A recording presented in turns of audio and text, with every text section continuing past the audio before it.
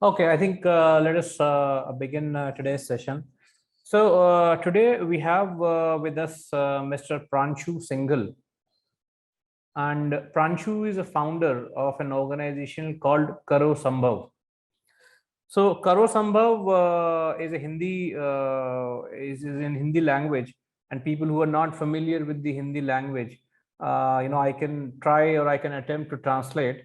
So it means make it possible. So the organization's name and I think the motto is Make It Possible or Karo Sambhav. And Pranshu's organization is into something called circular economy.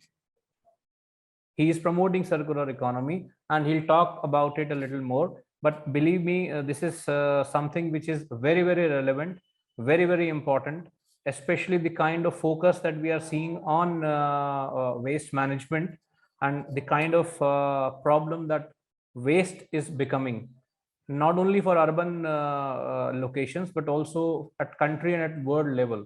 Even the oceans are not untouched by it. So this is a very, very important issue that Pranshu is working on. And, as we go into the session, we'll learn more about what he is doing, what his perspectives are, and what the organization does in detail. In terms of Pranshu's background, before starting, before founding, and before becoming a full-time entrepreneur, Pranshu has worked in multiple organizations across India and across the globe. He was director digital learning strategy in a worldwide education team at Microsoft for 3 years. Before that, he has worked in Nokia. I hope all of us remember Nokia, what a good organization and what kind of an organization it was. So he was head of Nokia, and he started the recycle program at Nokia. If you remember, I don't know how many of you will remember, but I recall that Nokia had that recycling options in their stores, in their showrooms. And he has recently been awarded with the Social Entrepreneurship of the Year award by Schwab Foundation, which is the sister organization of World Economic Forum, and Jubilant Bhartiya Foundation. He has also been recognized, and he has been an Aspen Fellow. He has been an Ashoka Fellow. He has been a Chevening Gurukul Fellow, and also Aspire Circle Fellow. I don't know if there is any more credible fellowship left. Next when we meet Pranshu, he might already be that as well. In terms of his educational background, he has done his master's in environmental management and policy from International Institute for Industrial and Environment Economics, Sweden. So this is Pranshu for you. In terms of today's session, what we will try to do is, because our focus is both on social entrepreneurship and also, what comes with social entrepreneurship, what are different dimensions, what are different aspects. So we'll try to, understand from Pranshu how he is tackling, how he is handling these issues, which are, both challenges and also opportunities in this sector. And we'll try to understand from him what his perspective and what his experience has been being a social entrepreneur in being a social entrepreneur and living a life of an entrepreneur. So over to you, Pranshu. I would request you to maybe just brief the participants about what Karo Sambhav is, what it does, and then we'll delve into the discussion. Sure. Thank you, Rahul. Thank you for having me here. I'm delighted to be a part of this session hosted by BVIC, and really look forward to have this interaction with all of you. So let me start with what is Karo Sambhav? Why did we start? What are we doing at this point in time? I have a small presentation which I will share prior to our dialogue. Just give me a second.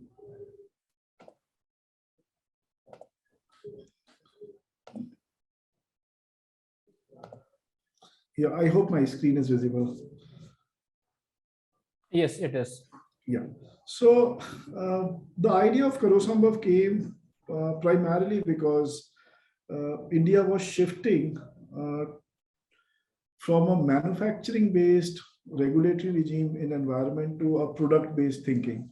So, which essentially meant initially we were at a policy level, we were only looking at uh, solving environmental problems during the manufacturing phase.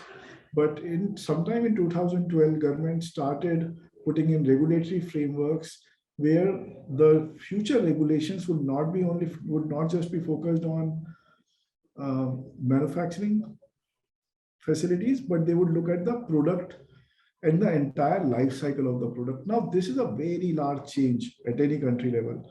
So, moving from a regulation which is focused on a specific manufacturing unit to a product-based system, because now your purview is not just one facility, but your purview is hundreds of facilities, hundreds of activities that happen during the lifetime of the product.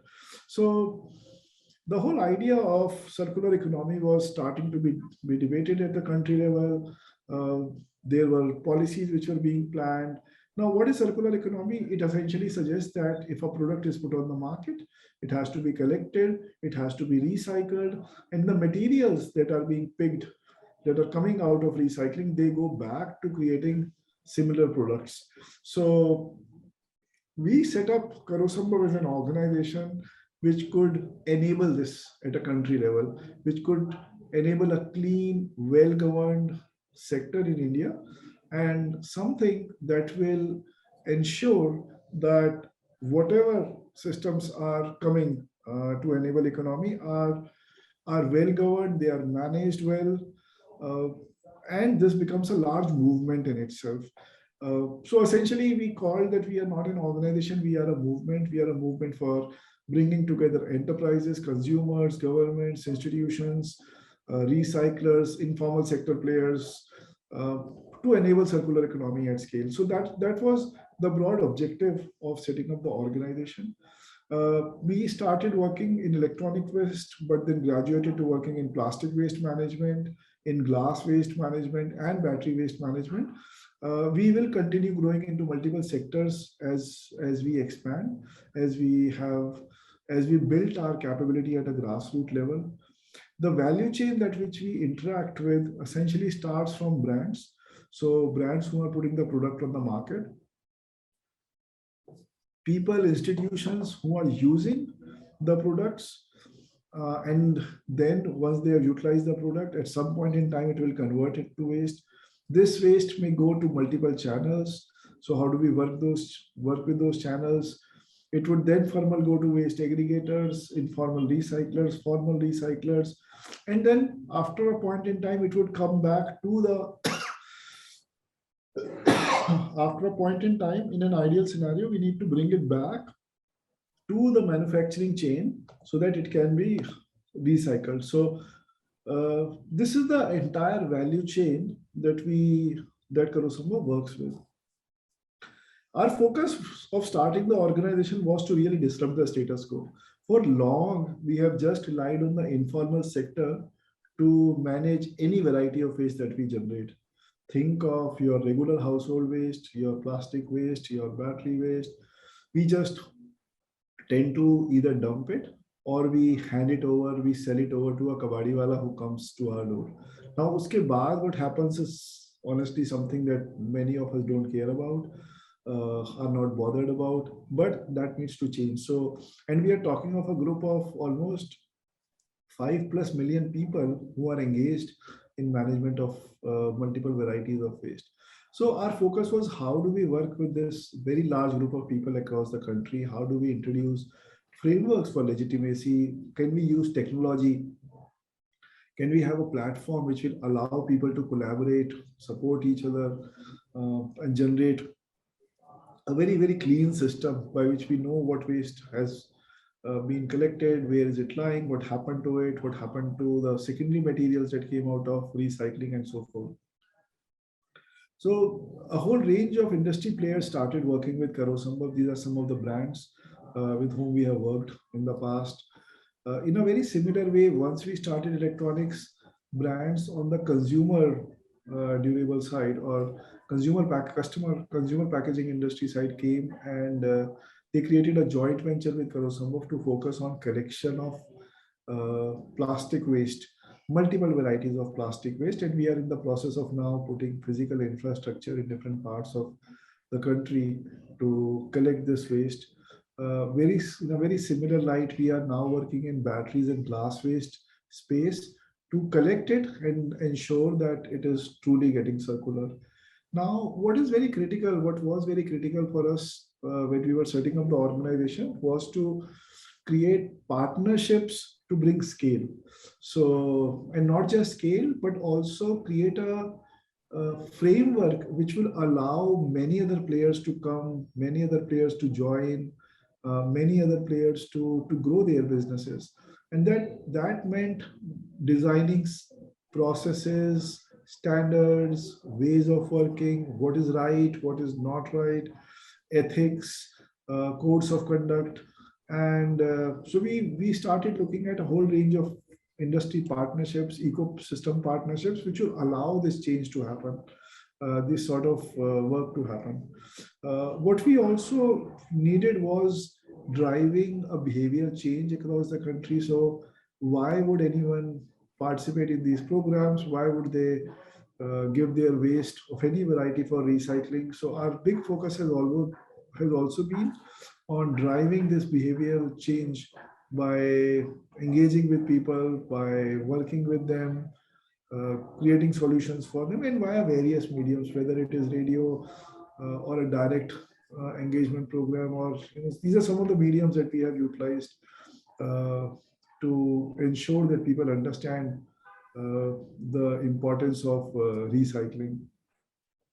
So multiple mediums have been used to ensure that people at least get the message, they know what is important, they identify what is their role in this journey.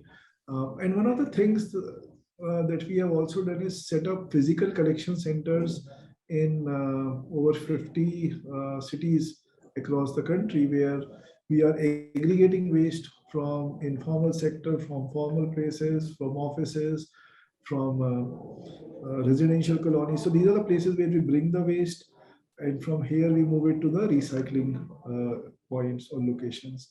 So these centers are now running in multiple cities across the country. We have also started setting up dismantling units with the primary purpose of generating data sets on productivity, material balance, secondary materials. So this work we have very recently started and are working with the GIZ as well as UP State Pollution Control Board to bring a new level of thinking around how a dismantling unit should work. The focus also has been on creating tech platform to enable full accountability so that anyone can audit, can see what is happening in the ecosystem, how is waste being collected, how is it being moved. And in the end, we have a very clear stream of recyclates that can be accounted for, that where did these recyclates come from, how does one ensure that they are reutilized back in creating new products. So in this past few years, we have collected over 16,000 tons of electronic waste, a few thousand tons of plastic waste. We are now starting to collect glass waste. I think we have done almost 100 plus tons of glass waste. We just started battery waste. And then a whole number of people have been engaged to make this happen in different parts of the country.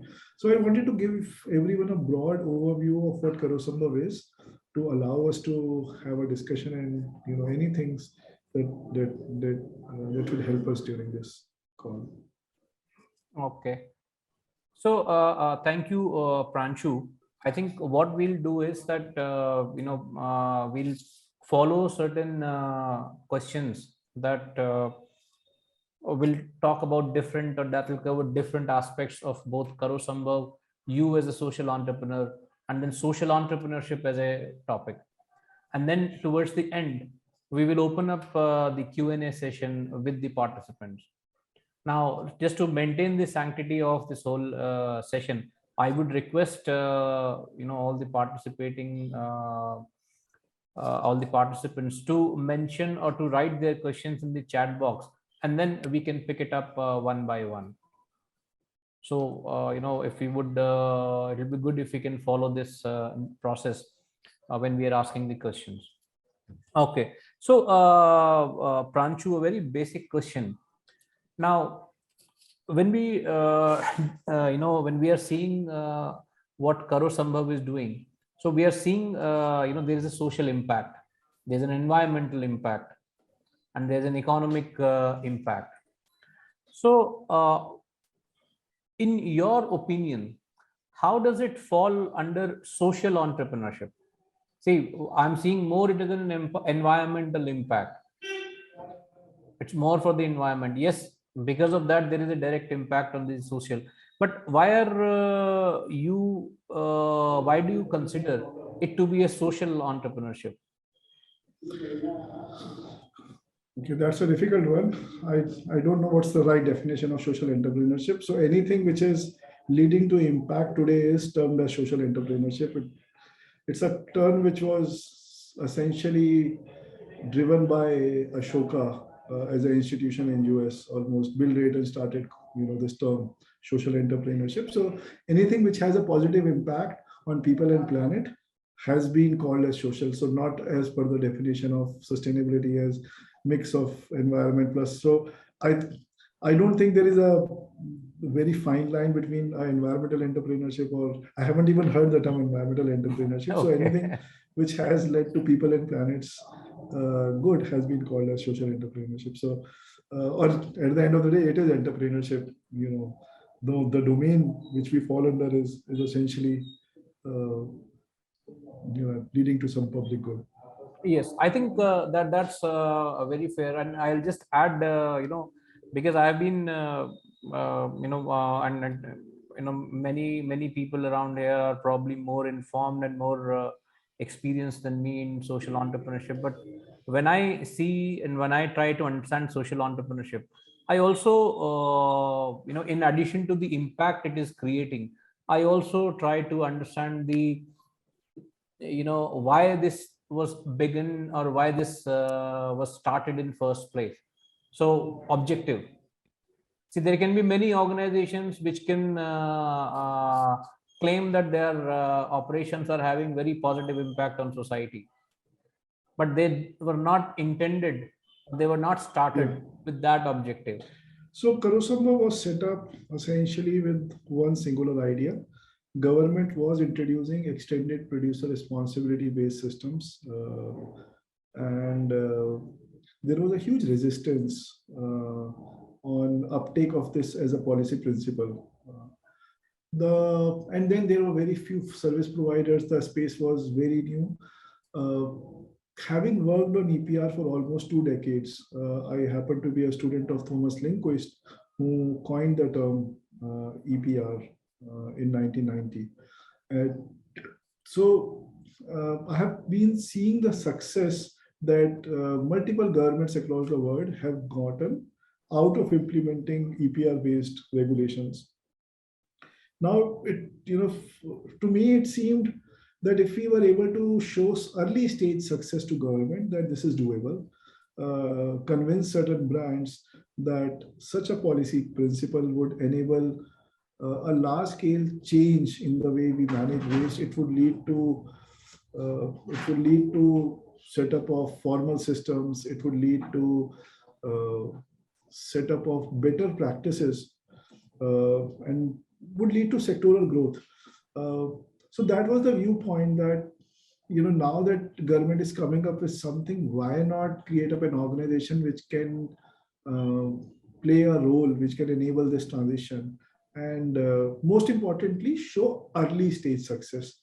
So the primary motive that we had for ourselves was that within the first 6 months, can we show some results? Can we convince, come up with a proof of execution, if I were to say that this is doable? So just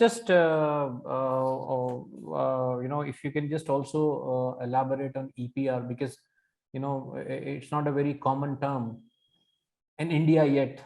Yeah, So if you can just give a small this thing to the participants for the understanding. So what is EPR, so that they can sure. understand? Yeah. Yeah, so EPR translates to extended producer responsibility. And as a term, if I were to stick to the original definition, there are multiple meanings that have been made out of this of EPR. But the original meaning, when Thomas wrote the first definition of EPR, it was, by extended, he meant uh, how do we do more than before? So his idea was not perfection. His idea was not 100% solution. His idea was, you know, tomorrow is better than today. So how do we create a system which allows continuous improvements by which our solutions are continuously solving the problem? Uh, Second, producer. Now here, the term producer was utilized because he wanted to highlight a shift from municipalities as a center of waste management to producers playing a central role. Now, why this shift? Two reasons. One, products were becoming very complex. I mean, think of any product around you. You are talking of multiple polymers, composites, many materials mixed under one common product. So, if we think of municipalities, not just in India, across the world, they will not have that level of competence to handle, to collect these products. And also the costs of collection, recycling are substantial. So someone needs to pay for these costs. And at the end of the day, it will always be individuals who will pay because they are consuming the product. So producers were found to be the entities who had ability to charge consumers for the cost of collection. So that is why producers were given the centralized role in EPR. And third was responsibility. And when he used the term responsibility, he looked at three types of responsibilities. First was physical responsibility. Waste, now that it is in the market, how will it be collected? Who is going to own up that collection systems? How will it be recycled? The second response, so this is physical responsibility where you are actually moving the dead products, you are moving the waste. The second is information-based responsibility. How are we going to create information so that people are aware of their own roles? They are aware of the benefits of recycling or the risks of not recycling. And then the third part was the financial responsibility. So who is going to finance the system? Is it the producers? Is it government? Is it a mix of both? Essentially, it is paid by citizens, at the end of the day, because producers will also find a way to charge it back. So EPR essentially meant a new way of looking at things so that we can solve the problem, which was increasingly getting complex. Okay. So, Pranshu, when you were talking about Karo Sambhav, during the introduction, and also what I understand from this thing, there's a lot of times you mentioned about the partnerships, a lot of time you mentioned about collaborations.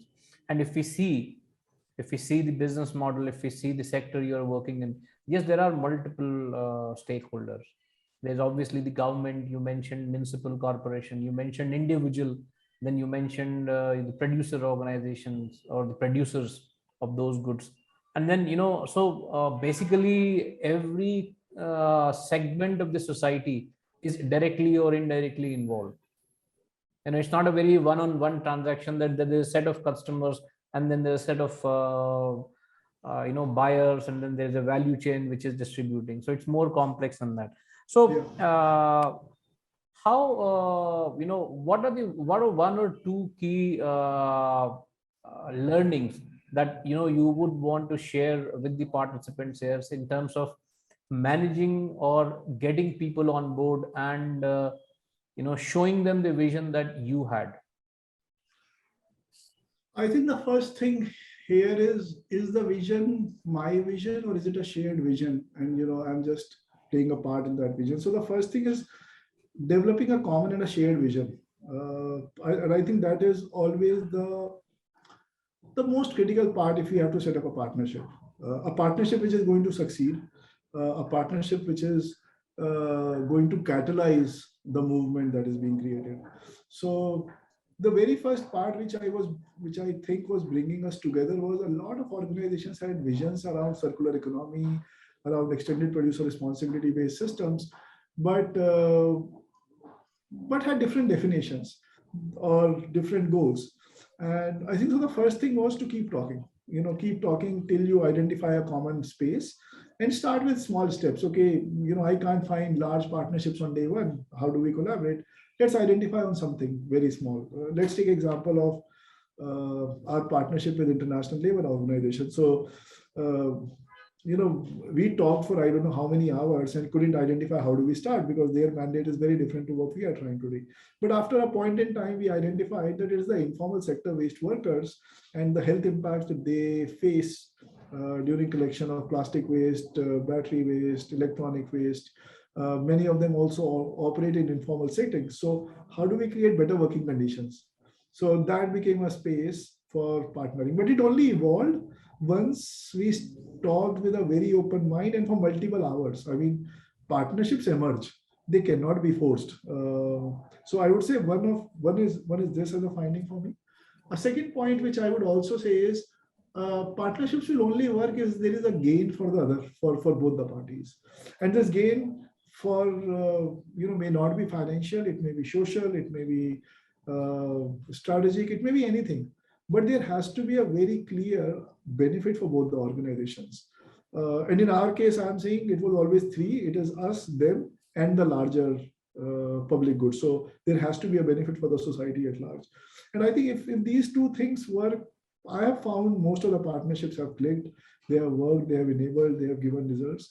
Wherever they have not worked, the reason has been lack of trust, which has, so either one organization or the other organization has found that, okay, we can't trust each other.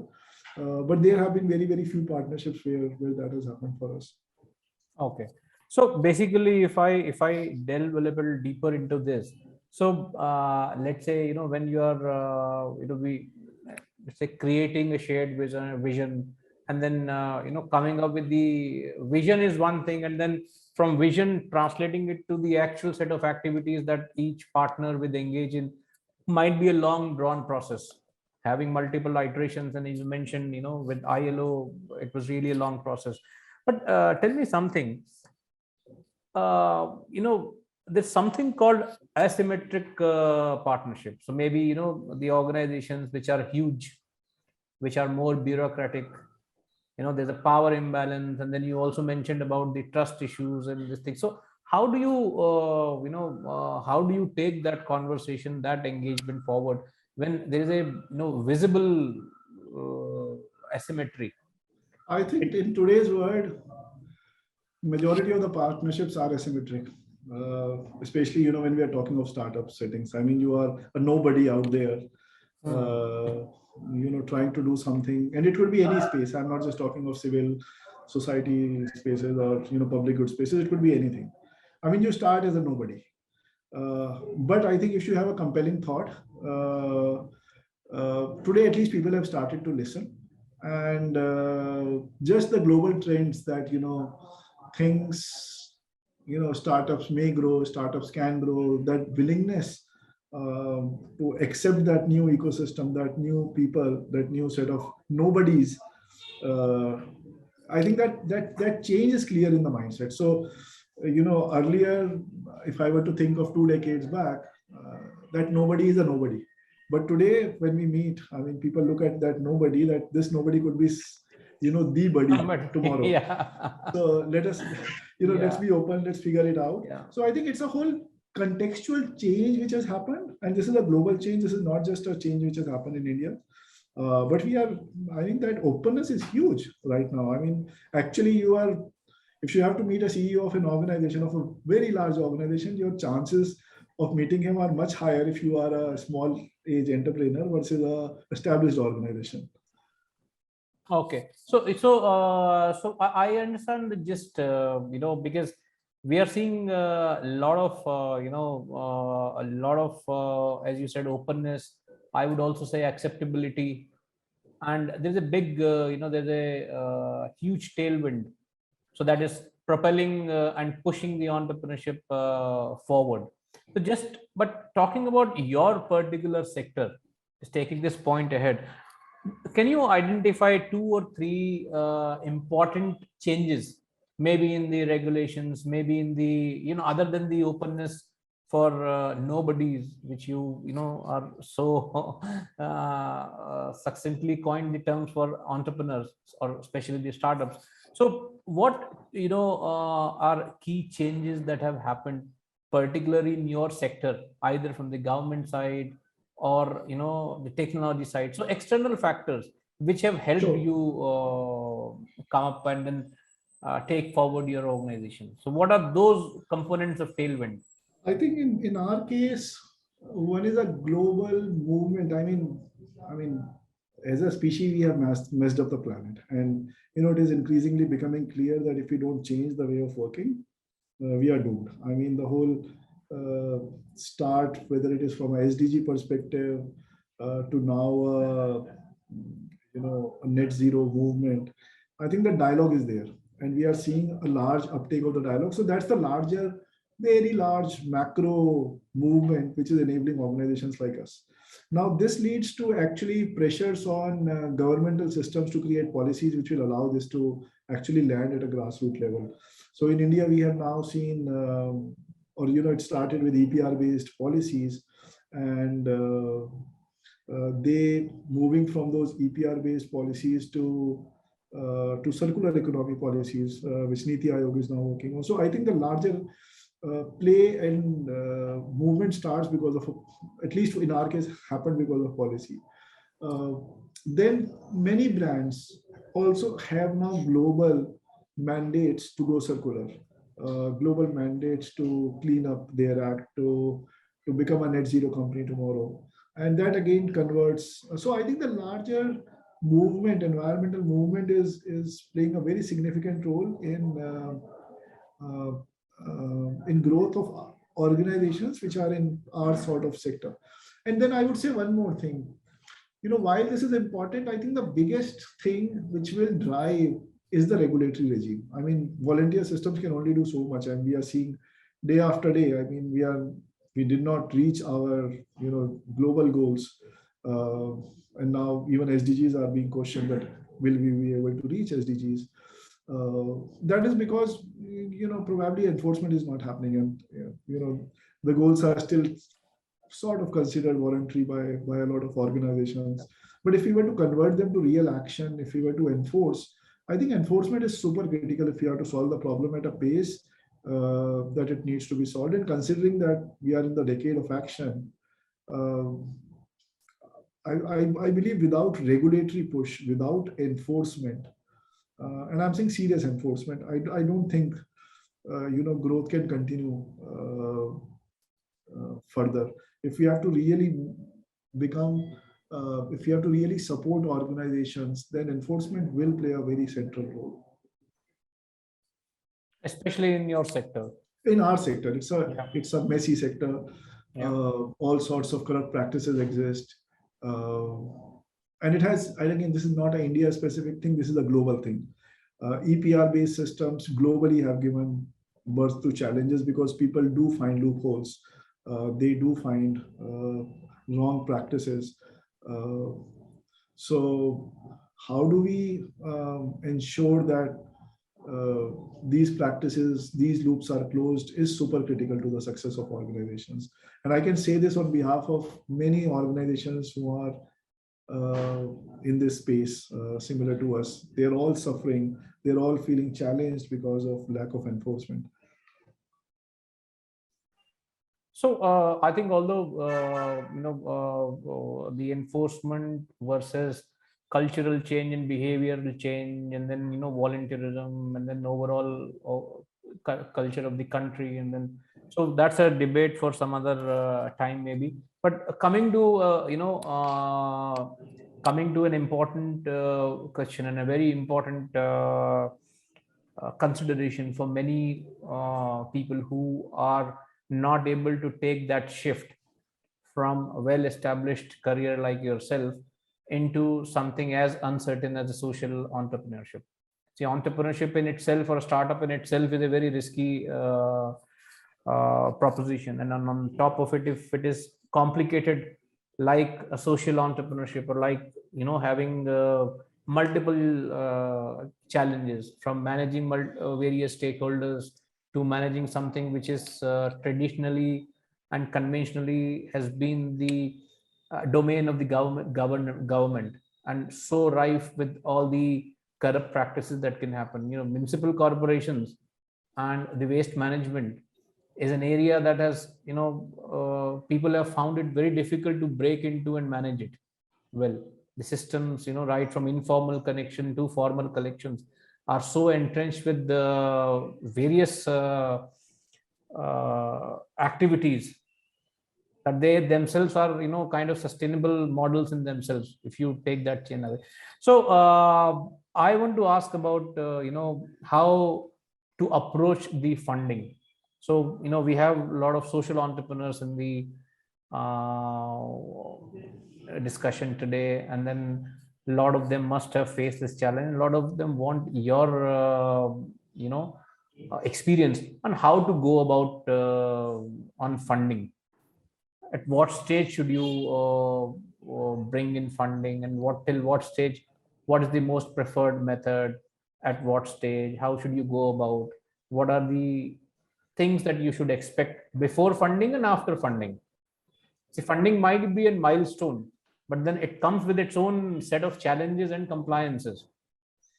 So Rahul, I'm not sure if I'm the right person for this question. We haven't raised any funding till now. My whole view when starting of the organization was that we are going to provide services to some of the largest brands of the world. And if we can't find funding from them, and if they are not willing to pay for the services, then sorry, this will never mature. This doesn't make sense.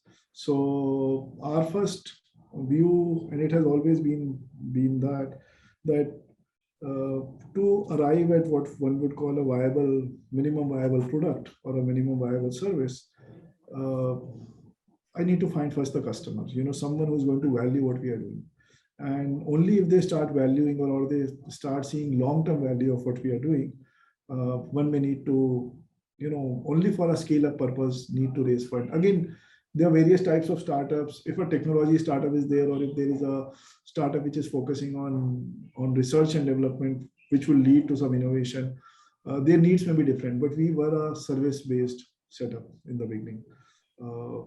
So for us, it was, and my clients were the largest of the large corporations of the world. I mean, they are the biggest ones. If they don't find any value, sorry, then who will? And probably the product is wrong. So what we have done till now, we have bootstrapped ourselves. We have followed a very simple business model, which is based on very transparent dealings with the brands. So they are able to see what we are doing. They are able to know what are the costs that are being entailed in the whole work that we are doing, and that has paid off. So I don't think there is one generic answer to this. It's very context dependent, service dependent, sector dependent. In our case, we have not raised funds till now. So we have partnered with organizations where they may have co-invested in specific project like IFC, where they co-invested in developing a marketing campaign. But those are very small projects where an organization is supported for a specific cause rather than invested in the organization. Yeah. So I think Pranshu, I think you are probably the right person to ask this question, because you have basically established that the best kind of financing is the customer financing, because they're not taking away any of your organization, number one. Yeah. Second, if a customer is willing to finance, that is a endorsement of your product or an idea or the solution that you have presented. So there's no need, if a customer, see, the investor will also bet on you if there is some kind of an endorsement, or they think that customers will endorse. Yeah, but there are also, Rahul, let me also say this is challenging. I mean, this can only work till a certain extent, and absolutely we are now facing this because a problem of the variety that we are trying to work in, or many people, many entrepreneurs try to solve large problems. they will require significant bridge capital. I would not call Yes. it just capital, I'll call it bridge capital, because customer is not willing to, he knows there is a need, but abhi zarurat nahi hai, to kyun kare? In the moment it is there, they will grab the offering. So, and with the kind of projects that we are working on, many entrepreneurs should be working on, the capital needs are huge. I mean, the kind of infrastructure that is needed in the country to collect multiple varieties of waste, ensure that it is responsibly recycled, ensure that it, the recyclates coming from post recycling can be going back into new products. I mean, that requires crazy amount of capital from a research perspective, physical infrastructure, logistics costs are humongous. So after a point in time, you can only do so much with the money, in an organic way. After a point, one will always reach to rethink. So when does that time come? I think the entrepreneur would know best, or the business that is being established would know best. And but yeah. So are you in that stage now? I'm starting to think till what end can we do it on our own, because my question is a bit different from myself. It is, can we solve the problem in the time that we have? And my time limit is, if you go to our website, we have a time which runs in this decade. So we have to solve the problem by the end of this decade. So if I have 9 years left, then sorry, the money that I am generating is too little to solve. So maybe I'll need to rethink. But it's a time dependent question. In what time do you want to create what? Yeah, so I think if I understood correctly, I think there are no generic answers depending on the nature of the business, depending on the entrepreneur's personal preferences, depending on entrepreneur's personal situations, and depending on whether it's a product development or what kind of product development is required, what kind of product is being launched, and what kind of customers are being sought. So all of this will determine, but there are some generic answers that we have seen across in our experience, both in startup world and earlier when I was in corporate finance and investment banking. So the best finance that works, or that the best finance initially, is always either the bootstrapping, or if you can get the customer financing, there's nothing like that. And as you grow, as you scale up, then you need a growth oriented finance. And as Pranshu mentioned, the work that he is in, he has given himself, or the kind of problem that he is intending to solve, he has a time for it. So the time is 9 years. And that's ticking on your website. Actually, if we go, that's the first thing that comes. It's there on your website that we need to do this. So I think for all the participants who are out there who may have this question around funding, I think it's a challenge, but at the same time, there are ways and means, as Pranshu is saying, that even without raising an external funding, there are ways and means that you can raise finance.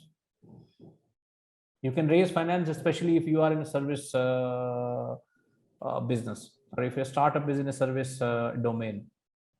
So don't lose heart if no one is willing to fund yet. The time will come. So Pranshu, coming to in terms of reaching out. So reaching out and managing different stakeholders. So how do you generate, let's say, or should I say, the marketing or outreach or publicity? Yes, you. So what are your modes? So you also mentioned about what are the different communication strategies with multiple stakeholders. So for companies, one, we understand it's a more formal communication. It can happen, but with informal, rack pickers, and then. So with informal, so if I were to look at the biggest communities that we are addressing, I think the largest community would have been the informal sector. And the only solution in that case was personal meetings. That's all. I mean, you can do whatever. If you're not meeting them, if you're not spending time with them, if you're not having a tea with them, you are not, visiting them enough, you will never understand the problems. You may think you understand, but the answer is you may not. And this is about rag pickers. This is about, I'm saying, rag pickers, waste collectors, waste aggregators. Okay. Until unless, even if you were to empathize and even if you were to talk about environmental and the social challenges that they are stuck in, if you do not help them make money, it is not going to progress. So any communication has to lead to a space where, okay, we are able to create a better livelihood for you. Especially for the lowest rung, and I'm not talking of waste aggregators because they are not really the lowest rung, but for waste pickers, rag pickers, it's a real livelihood issue. I earn my daily bread, so how do you pay them? How short is your payment cycle? A lot of those things come into play when we are talking, and the communication is extremely personal. It is close to, it is about them as individuals. It's about their business, because at that level, the larger word is too vague. I mean, I don't have enough to eat, and how do I think of the larger word and the goodness and so forth. So that's the kind of communication or engagement that we have had. When we talk of other communities, and here I would talk of general, let's say general public, because in our case it is very difficult to have a segmented campaign. One can, a certain segment in the public would be more receptive towards an environmental campaign, maybe more receptive on a e-waste campaign versus another type of people, which is your people who stay at houses would be more responsible or would be more adaptable to plastic waste campaign. I mean, we have tried, but I am right now throwing all the darts. So right from doing a direct campaign to where we go to households, train them, or go to offices and train them, to trying out radio, billboards, TV commercials. I mean, a lot of things have been tried. Are they giving meaningful results? The answer is they will at some point in time, but it will only happen when the whole community starts talking about these things. And it cannot be because of just one or two organizations talking about these issues. These issues need to be talked by a whole range of companies. Like if you see a good trend which is happening today is the regular advertisements are tweaked to convey a social message. I mean, they're still selling the product, but there is a tweak, and this is happening all the time nowadays. Whether it is around, safety of women, it is about equal spaces for all. It is about, so we are seeing this is becoming a trend that, even, and that is what would change the larger picture. So if my way of thinking is that if we can enable a movement, if you can just start a tiny fire, and if the winds are blowing in that direction and they grow, we will find that is, but the baatcheet is like it has to go on. I mean, we can only start, but can't solve it at scale if it is if it goes off. So how do we continuously keep on spurring that conversation through various mediums? That is the key. Okay. So importance of communication, importance of messaging, and then, in addition to so what I understand is that, with different stakeholders in the same shared vision, you might have to emphasize on a particular transaction. Let's say, if I call it a transaction. So maybe with rag pickers and in informal sector, you will have to talk, a little differently, while ensuring the vision is there, and then with organizations it has to be a different talk, ultimately with the same kind of objective, getting them on board. And then what is important is to ensure that all these pieces start cohesing together. I mean, they have to be a part of a whole, otherwise it's a fragmented thing which will never enable creation. Okay. So, Pranshu, I think, we are almost 1 hour in conversation, and I really didn't feel that it's almost 1 hour that we are conversing. But I think to respect, everyone's time, what I'll do is now I'll read out the questions that have come to us from the participants, and they are, all the way from understanding more about particular issue to even asking you for help. Okay. So the question from Vidya Rajesh Nair. So the question is that what is your advice for social entrepreneurs looking to partner with government on various initiatives? Okay, so what I have adopted is when we work with government, we only look at non-financial relationships.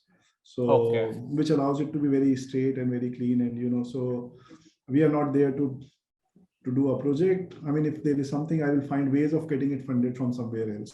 So, if you are offering help to a state to understand a subject matter, then I mean, and this is what we are doing. I mean, there are multiple ways of doing things, but the way at least we have done is we are not doing financial transactions as of today with government. We don't charge them for anything. We don't ask them for funding anything. So if there is a project, what we require from them is their true participation with intent, and that's the only thing. I mean, if you can dedicate a person who's going to support, if you can get in an officer who's going to look at it, someone who is plugged in, and that is the ask. And this is a significant ask. I mean, plugged in means really plugged in, not someone ki aap, aa jao ek baar, feeta kaat do, and then it's done. Because that doesn't help. So we are not asking, in our case, we have not asked anything from government, but true participation. And that has worked. I would say to a very large extent, it has worked in our favor. But then we need to also be fully transparent in all our dealings. Well, anything pertaining to the project, any cost, any money that has been spent, even if government has not participated, we are completely open to sharing. So that full transparency leads to the amount of trust which is unbeatable. So how do we build that trust? By being transparent, by ensuring that the impact is true in its intent, and I think that is what has worked. We have a whole range of partnerships with government across the country. None of them are financial in nature, but all of them involve deep collaboration with government. Almost all of them, and whether it's a principal secretary or a sanitary officer at a municipal corporation level, I mean, we have gained very positive support, at least as of now. We have also been challenged. I would not say we have not been, especially with municipal corporation. And I see there was a question which popped up about how do we collaborate with municipal corporations. That has actually been the most difficult. And in many cases, we have given up. Our ask is very simple. This is what we want from you. This is how we are willing to support. We will raise our own funds. If a project has to be executed, we'll bring in someone who will fund. It could be a UN body. It could be an IFC. It could be someone else. It could be a brand. But we want your true participation if we are to do something together. Okay. So I think, if you remove that financial part from the transaction, I think the government response or the government officers' response is a lot better and a lot different than if you create a dependency on government funds. I think then the situation becomes a little tricky. Yeah, so I think that I have also seen in my work. We have consciously avoided the relationship or any financial relationship with the government here in Telangana. We have always supported the initiatives in social entrepreneurship side, and we are still working on a few things, but we have not considered any financial this thing. Okay, I think the next question we have is from Vinay Sharma, and he is asking, so what are the top 5 challenges you see if producer directly handles recyclers and not through PRO? I don't know what is PRO, but maybe the larger question is that if the producer is directly recycling. No, I can explain. I understand. Okay. Yeah. So the model which is being talked is an individual producer responsibility. The challenge with a country like India is we have kind of messed up the producer responsibility organization, the what is called a PRO sort of system. Okay. A PRO, in its truest sense, is a group of companies coming together, setting up a joint initiative uh, to create common infrastructure for collection and channelizing the waste to a recycler. A PRO, in its truest sense, becomes an auditing body, ensures development of new standards, ensures very clean systems, ensures full transparency in the cost of compliance to all stakeholders, not just brands, but also to government. So it becomes a single entity who holds full accountability of things going wrong. They ought to be penalized if they're not doing the right things. However, in India, PROs have been very, very loosely managed, which has led to a whole range of wrong practices, corrupt practices in the sector. So, and hence this question. To answer this question, I mean, work can be done in two ways. A brand can utilize what is called an individual producer responsibility, which means they collect their own waste and then hand it over to a recycler. Or the second solution is they work with a collective, which may be called a PRO. This is a collective of similar brands, like-minded brands, but with the objective of focused collection. They create common collection systems, they collect the waste and then hand it over to a recycler. Nowhere in the world we have seen a brand outsourcing or a PRO outsourcing work to a recycler to collect. This is only happening in India. This is a very, very unique case where recyclers have been asked to collect waste and then recycle it. Systems to help recyclers collect are created, funded by brands themselves.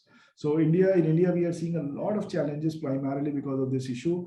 Because if recyclers are left to collect all the varieties of waste, then how do we create good governed systems? Yes, it can be done, but it requires a new sort of thinking, and that thinking is not yet being put in place. Okay. So there's another question from Vidya Rajesh Nair. How was it in early days, and what helped you keep going? What actions did you take which helped? I think it is contextual to what probably you were talking about at 3:36 p.m. or so. Yeah. So no, I hear what. Okay. So for us, the early days, when we were setting up the organization, I mean, we managed to get a few brands excited about what we were doing. And I think what also worked, I would very clearly say in my favor was I was part of Nokia, which created the first system in India to solve this problem. So that helped people to trust me as a person, the organization that we were creating at that point in time. And our singular point was give us 6 months, allow us to set up things. And if we are able to show success, continue with us. And I think that worked. So our challenges in the beginning were really how do we create collection systems in all states of India, across all cities. So India is too vast, and that was a minimum condition that was put in by the brands.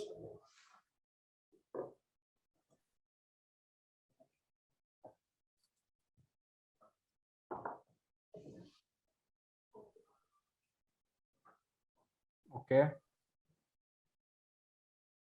Next question we have is from Anushri, and there are two questions. So there are several other organizations working in this sector. For example, NAMO in the area of e-waste. How do you differentiate or cooperate with the competitors? So yeah. So thank you for asking this question. The idea is, so when we set up Karo Sambhav, the idea was to enable a sectoral growth, set up a clean industry. So if I look at competition, and if I were to term them as competition, then it is competition. If I don't look at them as competition, if I look at them as growth partners, then the view is very different. So what we are doing, for example, I mean, if we were to talk of NAMO or any specific organization, there has been a very good dialogue happening between and here I can talk about Nomo specifically, between the organizations on how do we co-create, can we look at better governed systems in the future, can they utilize some of the things that Karo Sambhav has created, whether it is standards, ways of working, can we rely on some of their new recycling units that they are putting up in the market. So I think what is important is creating that trust and rethinking, are these growth partners for the whole sector, because the market is huge. I mean, there's no dearth of solutions in the market. So how do the only challenge comes when you can't trust the other organization, or it becomes very difficult to trust the other organization because they are not willing to share the data sets, they are not willing to open up, they're not willing to convert what they say into real action. So that's where it becomes a problem. But if there are organizations who are willing to talk, even if they start talking a little bit, path opens.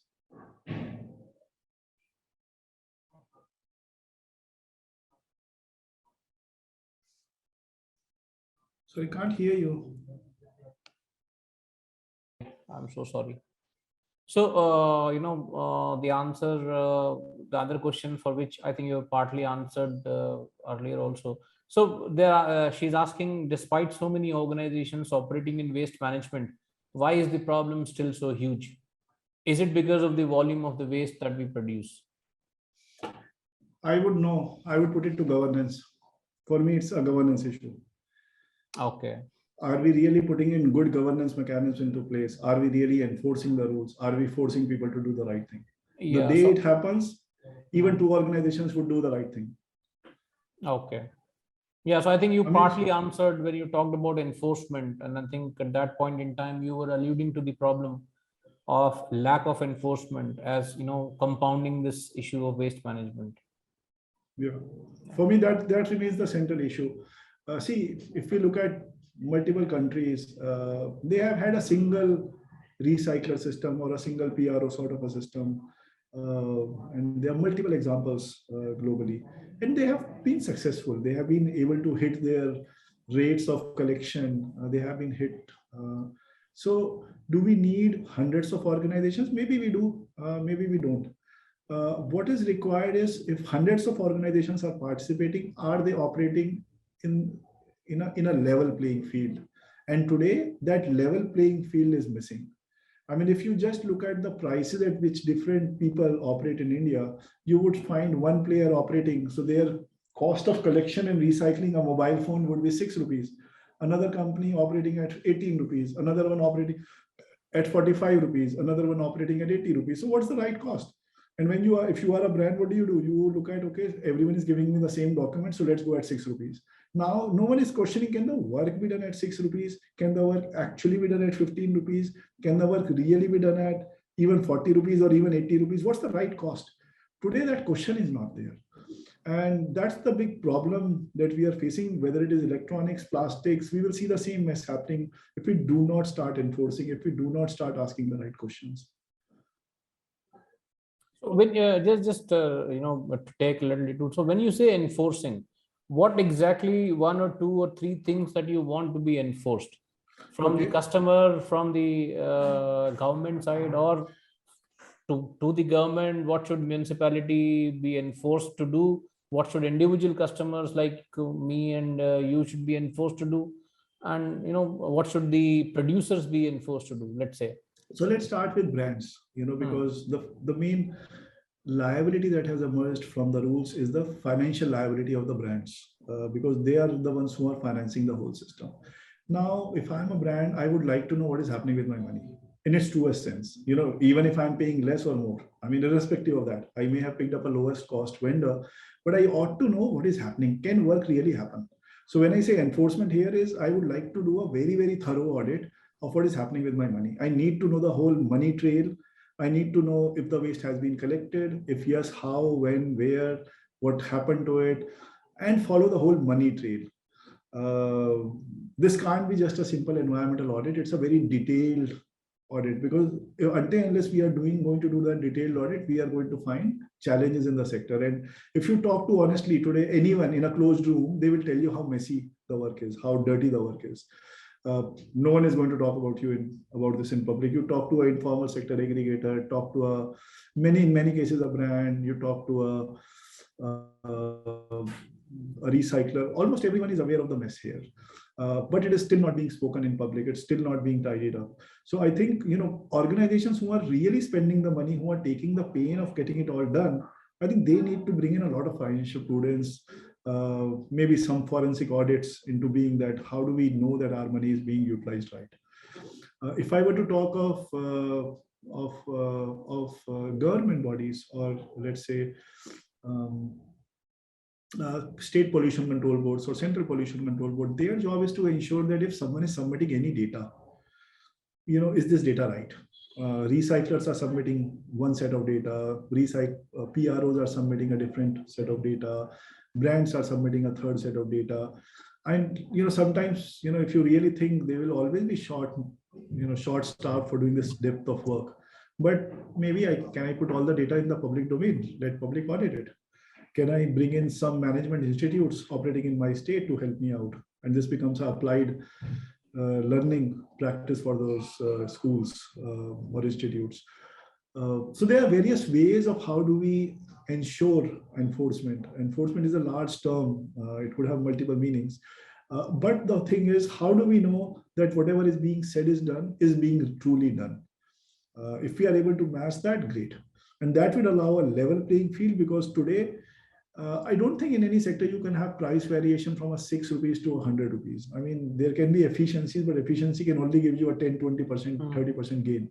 It won't be 30x, 40x, 50x gain. Okay. So this is from Moazal Haq. If any startup want to partnership in plastic waste management, what is the criteria for partnership?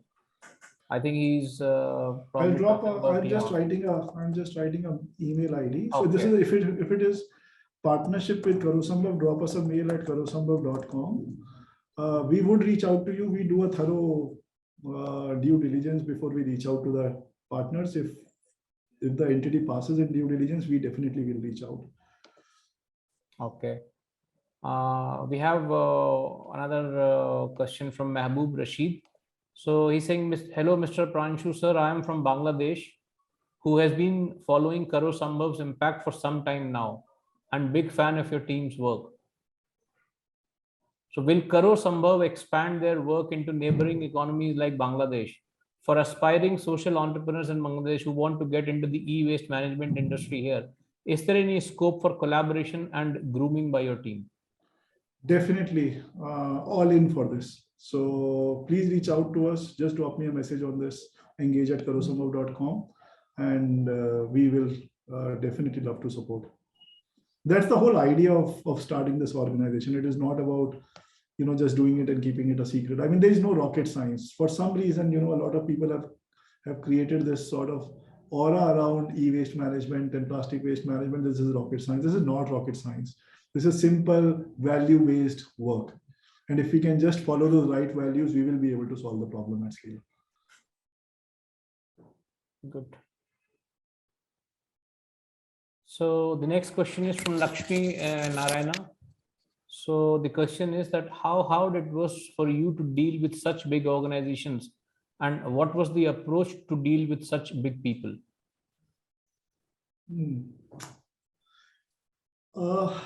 So for me, maybe it was an advantage for me because I myself was head of sustainability and head of business verticals in Microsoft and Nokia.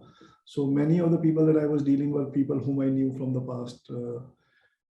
So I did not have that sort of a challenge in terms of reaching out or getting early stage meetings. After that, it had to be work. If the work was not good, people would not talk, they would not appreciate your participation. But I think the first few initial meetings, initial support, initial dialogue was because of the past credentials or the past work in other organizations that I was in. Okay. So the next question is from Vidya Rajesh Nair to you is, please elaborate on communication strategy with municipality. I think I think you Yeah, mentioned on I that, right? explained it, yeah. Yeah, so we explained it. Yeah, so I think, I think that's all we have. I think we are just about little ahead of time. So if there are no more questions, then we can conclude this session. And, I thank Pranshu so much for you to find out time.